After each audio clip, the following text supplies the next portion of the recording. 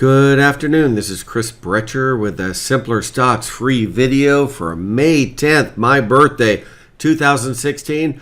Getting this out early because I've been getting on the last half hour with the live chat to just go over different strategies for the last half hour, show chart patterns, unusual option activity, and answer any general questions.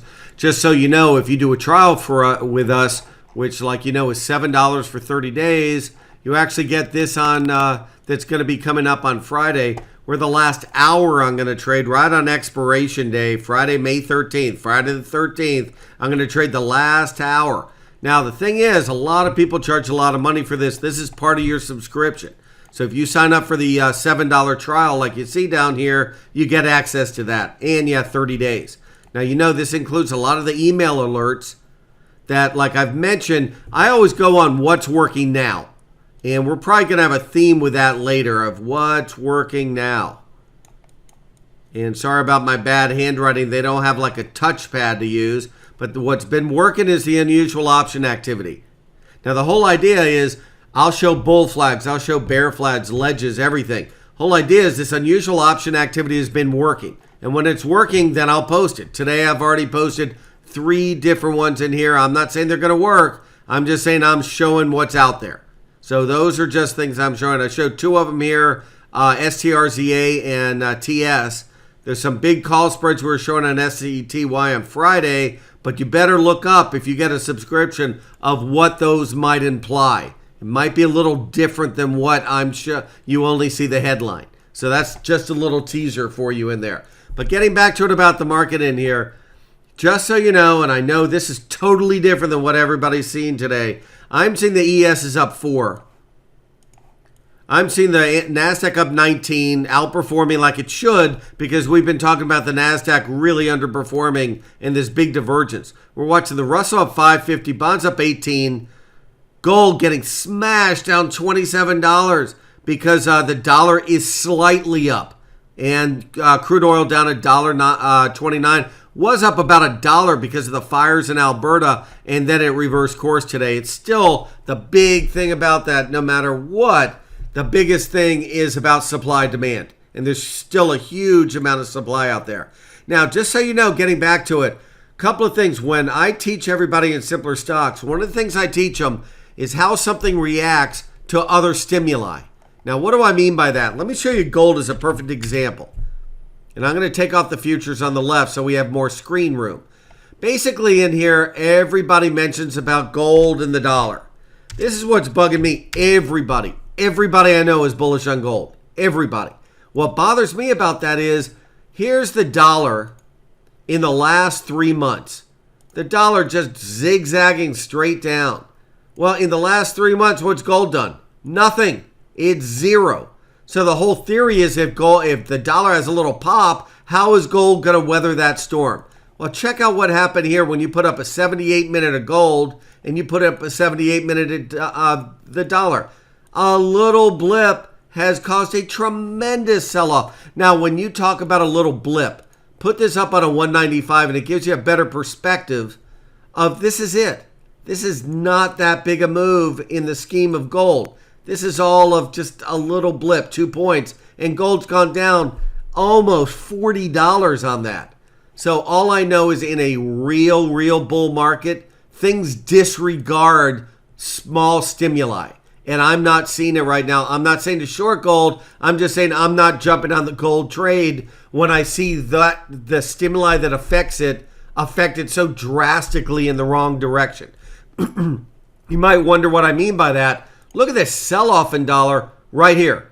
425 to 5.2. What did gold do in here? Nothing. I mean, you try to put this on a 195. Let's try to combine it. And here, 425 to 5.2. It went up about $50 on this big old dump. This is what I want you to realize. It has only given about half, and this is giving it back almost all of it. It seems to influence it too much for my taste. I would like it to disregard it.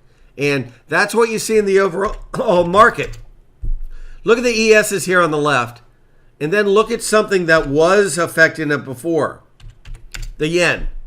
Notice that when the yen was going straight up, our market didn't go down that much. So right now when the yen starts selling off, we had a little sharp rally. It's not paying attention to the yen anymore, if at all, unless there's drastic moves.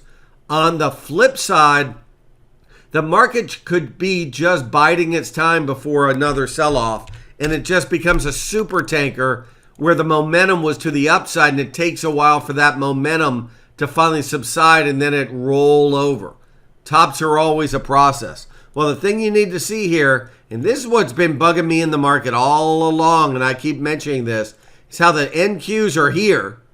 And let's reset this to chart default so you see what I'm talking about. Almost did an order. Reset to chart default here. This is what I want you to see. Look at all this coagulation of moving averages and how the NQs are under it. Look at all these here, and the ESs is over it. I, a lot of times, only use the moving averages as comparison, not as an absolute support or resistance. Look here. It worked like dirt here. Any newsletter that tells you, oh, it's up against the 200, it depends on the product. And the 200 does not work with the ESs. So don't believe when you hear that support or resistance. I use it in looking visually at comparisons. Look how the NQ is under the 200, the ES is over it. That's a big deal, and it still hasn't rectified itself.